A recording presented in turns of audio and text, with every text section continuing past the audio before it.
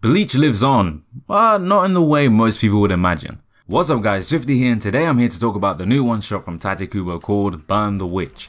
And it is in fact revealed that in the later pages of the chapter that this is in fact connected to the Bleach world and is the western part of the Soul Society. And as we all know, the eastern part of the Soul Society is where, you know, Ichigo and Ko are from.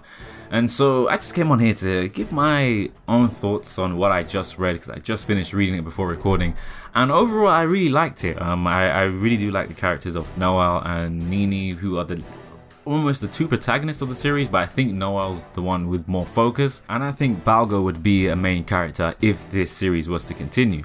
Now, as I'm sure you've probably all noticed, this doesn't fall too far from Bleach in its concept, you know, people going out and exterminating these monsters that normal people can't see, but instead of hollows, they're dragons this time. And I'm not too sure if any hollows have possessed humans in the real world in Bleach. I can't remember, it's been so long since I've seen anything Bleach, so I can't remember that happened, but this happens in this manga. A dragon is possessing a dog, and I guess someone else. If you haven't read the chapter, I guess I probably don't need to spoil too much for you. You should go and read it right now before you watch this video. But it's not too different from Bleach, it just feels like a reskin, but at the same time it is part of the same universe, and they do technically have the same job as people who work for the Soul Society. You know, they're the same as Soul Reapers, so you know, I mean, there's a different way of doing things for them, and they have a different hierarchy system, I guess it is. There's not too much to go off of because this is just a one-shot, but I guess if they were to expand this series, they would probably have a different way of doing things, since it's the western side of the world, it's London, and you can definitely tell that Tite Kubo watched a lot of Harry Potter and stuff, and he kind of incorporated all of that into something that's like Bleach but isn't Bleach. You know what I mean? He drew a lot of inspiration from that, which is refreshing and nice to see actually. And I do like the two main protagonists, Noel and Nini. I think Nini's the more, you know, the energetic one that's always wants to jump in about, and Noel's kind of a different type of main character. She's more reserved, and she actually doesn't want to jump into all the action. She's called out to do the extermination, but she kind of flat out denies it. And I think that's a different dynamic for a main character to have. I think it was kind of like Ichigo as well, because I don't think Ichigo was too much of the general shonen type of characters who are always raring to go and want to jump into any kind of action. He was more of a reserved character, which was always refreshing and nice to see. And I'm glad that Kubo is applying that to new characters in this one. I also love how Noel's a weeb in this, and Nini actually calls her a weeb throughout this whole manga.